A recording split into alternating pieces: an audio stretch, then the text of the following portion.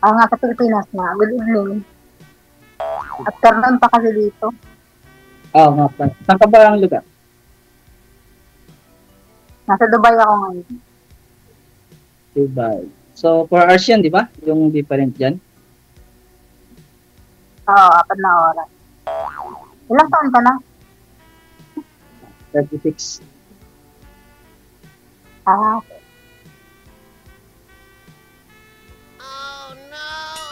Single pa kayo? Or single dad? Single dad ako. May isa akong anak. Pero matagal na kaming hiwalay. Almost done na. 10 years na. Tagal na pala. Ikaw? Hiwalay din ako already 4 years. And then, dalawa yung anak ko, wala lang sa babae. 28 years old. Ano? 28 years old. Ilang taon ka na? Kumusta na? 28 nga. Bilang na rin. 28? Yep. Matanda ako sa'yo ng 8 years. Sabi nga nila, di ba, sabi nila, it doesn't matter. Totoo ba yun? Wala ka ba na? Oo naman. Kasi, pag-ibig, wala naman tinitignan ng edad dyan eh. Parang ganun. Totoo naman yun. Parang gano'n. Nasaan ang asawa mo ngayon? Yung anak mo? Nasa kanya. Malaki na yung anak mo. 16. Babae, lalaki? Lalaki. Ay, binata na. Oo, binata. Tayo, ilang taon na? Wait lang ha, pupunas lang ako sa lamin. Isisilaw ako. Baka pwede walang salamin, sir? Kung walang salamin, sir, malabo po ba pag walang salamin? Hindi kaya, sir kasi hindi ko makikita yung kagandahan ni ma'am. Aha. Laki naman malaki na. Yung pangalan ko, 10 years old, lalaki. Saka yung bunso ko, mag-6 kami December, babae.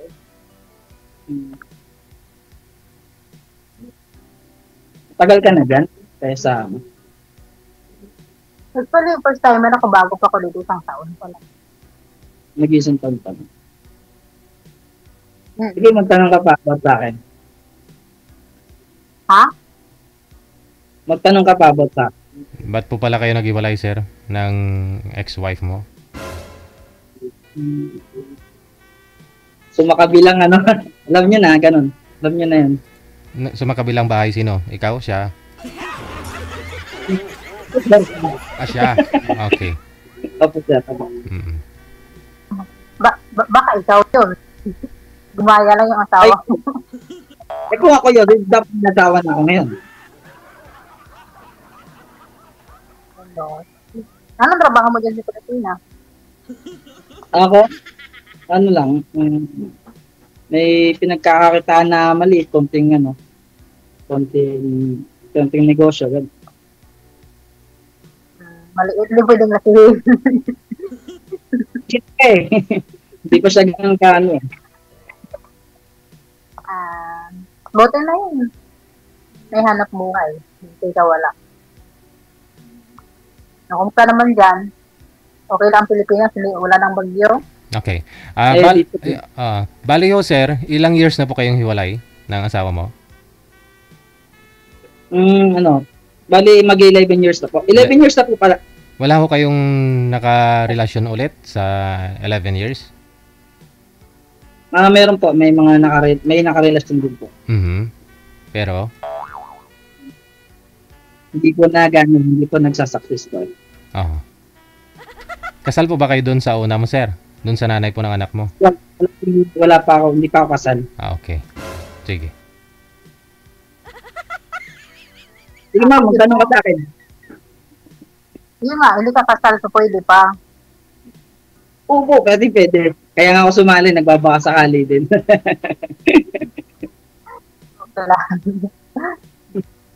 Ako naman, actually, kasal. Pero, hindi legal. Ano daw? Hindi legal. Kasal na hindi legal. Meron ba?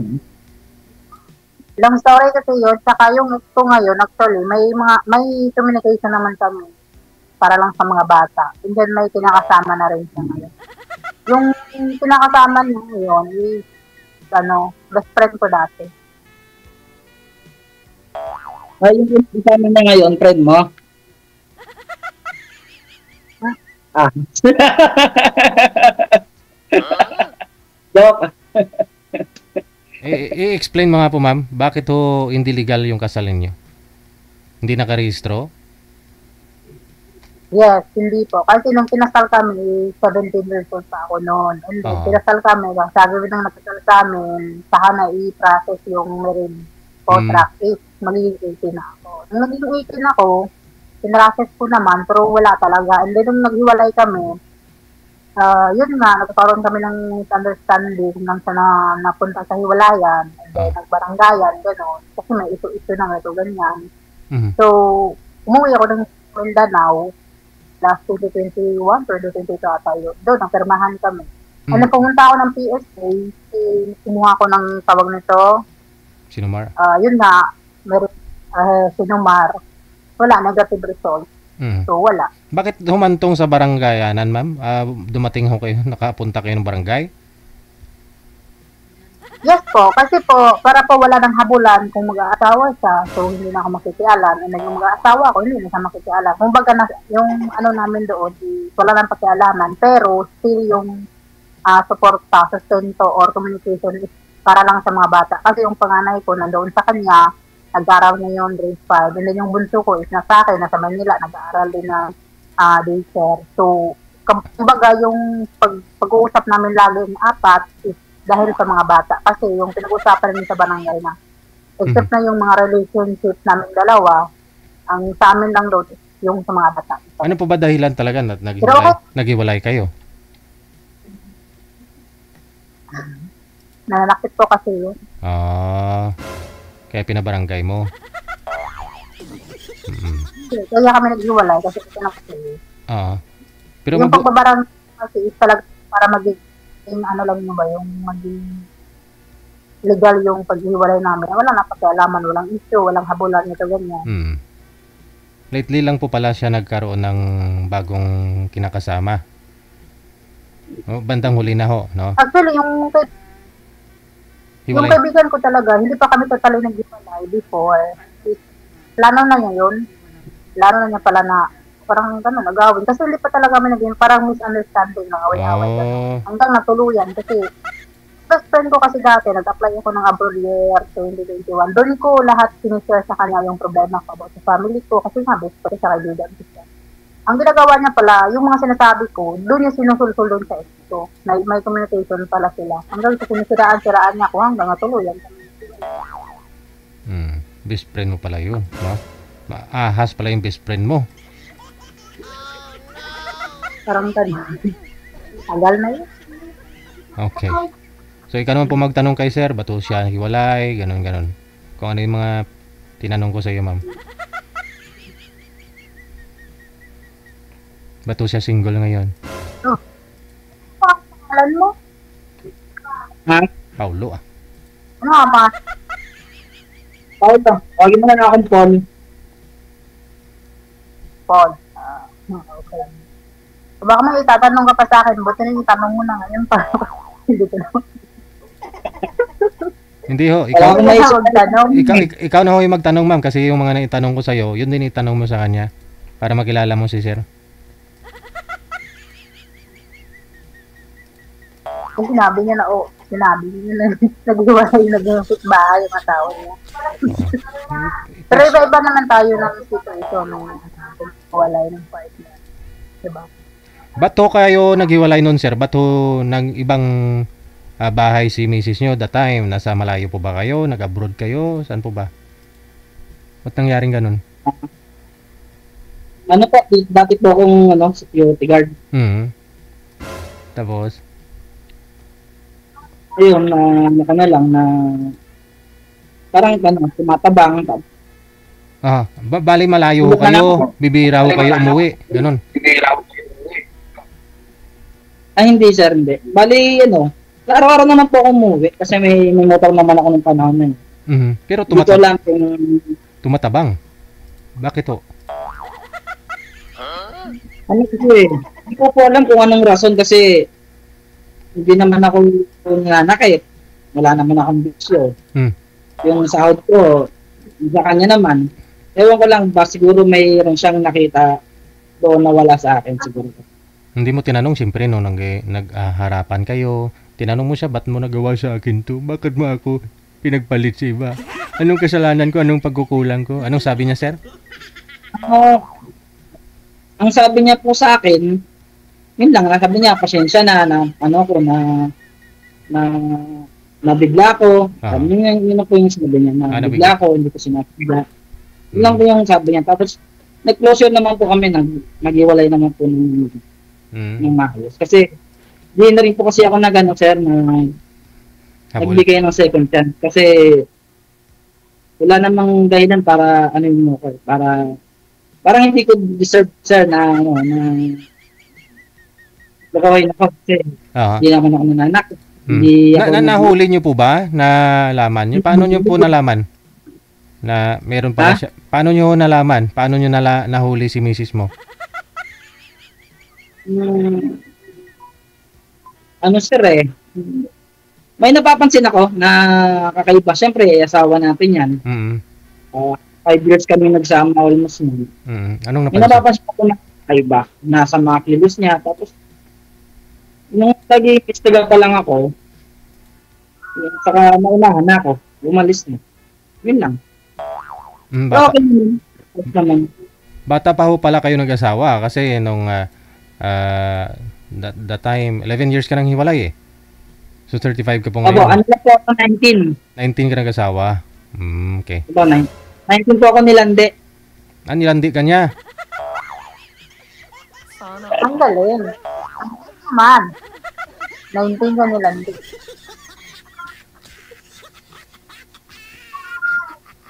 Kaya pala. Kaya mama, ano kayo nilandi? 17 daw eh.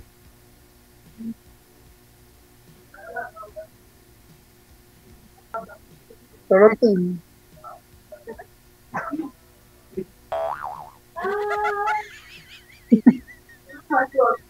Magtanong ka pa naman. Magtanong mo ng kahit anong klase ng tanong.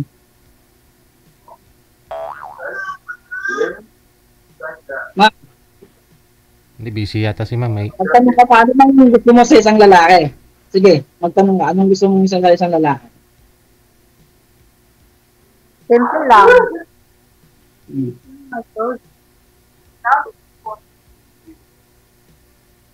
Yung tanggap ako kung ano at sino ako. At saka siyempre, yung mamahalin din yung anak ko.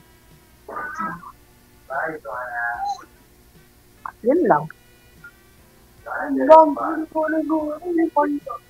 Pero kung ako lang yung mamahalin, tapos yung anak ko ito pera, wag na. Kanya-kanya na lang. Tama naman yun. Sabi nga nila, pag nagmahal ka daw ng single mom, dapat daw kasama na yung sisig. Ganun ba yun? Tama naman yung wala naman akong wala akong say doon sa ganun. Wala akong sasabi. Hindi naman para pa-adjust. Hindi naman kasalanan na maging single mom kayo para sa akin. Hindi nyo kamalian. Napunta lang kayo sa mga maling tao, parang gano'n.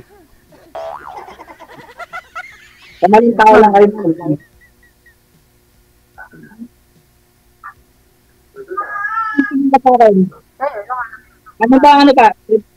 Anong height mo, ma'am? 5'4". Halos magsinaki lang din pala tayo. Bakit? Ano ko, konti lang different.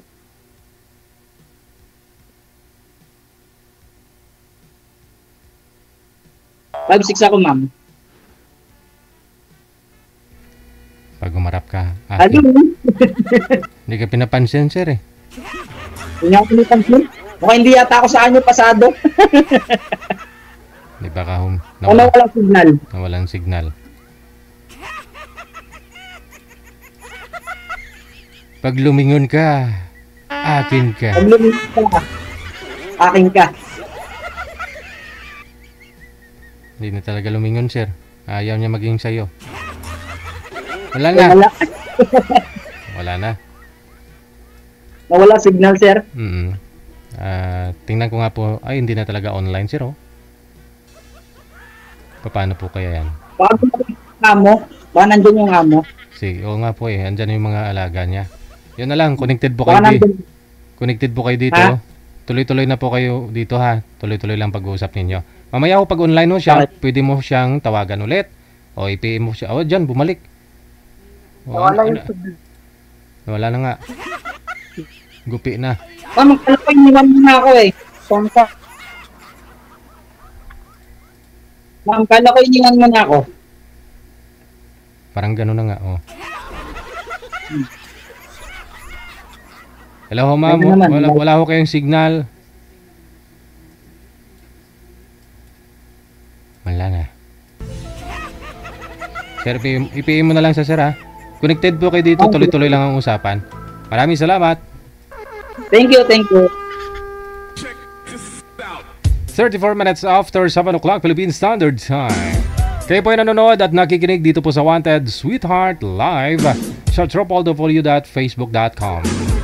Ikaw ba ay malungkot? Walang makakausap at nag-iisa? May programang para sa'yo. Wanted Sweetheart. Wanted Sweetheart. Byuda, byudo, iniwan, single mom, single dad, single tita, single tito, single lulo, single lula. Basta nasa tamang edad, 18 pataas, pwede kang sumali. Basta walang sabit, walang asawa, walang girlfriend, walang boyfriend, walang ka-LDR. Pwede kang sumali. Sa mga gustong sumali, install lang ng Viber or Emon application sa inyong mga cellphone. Gumawa ng account at kung ready na yung account mo, hanapin ang aming account, Digigel OFW Emotion, sa pamamagitan po ng aming ID na +63 961 3560 194. I-PM mo sa amin ang pangalan mo, edad at saka lokasyon para amin po kayong mahanapan ng inyong kalugar, kaedad. At malay mo, siya na ang matagal mong hinihintay. Makakasama sa hirap at ginhawa. Wanted Sweetheart. Wanted Sweetheart. Gabi-gabi mong mapapanood at mapakinggan. Alas 7 hanggang alas 10 ng gabi. Dito lamang sa Gel FM 98.7. Powered by OFW Emotion TV Radio. Wanted Sweetheart. Wanted Sweetheart. Paalala, mag-ingat sa mga scammer. Check this out.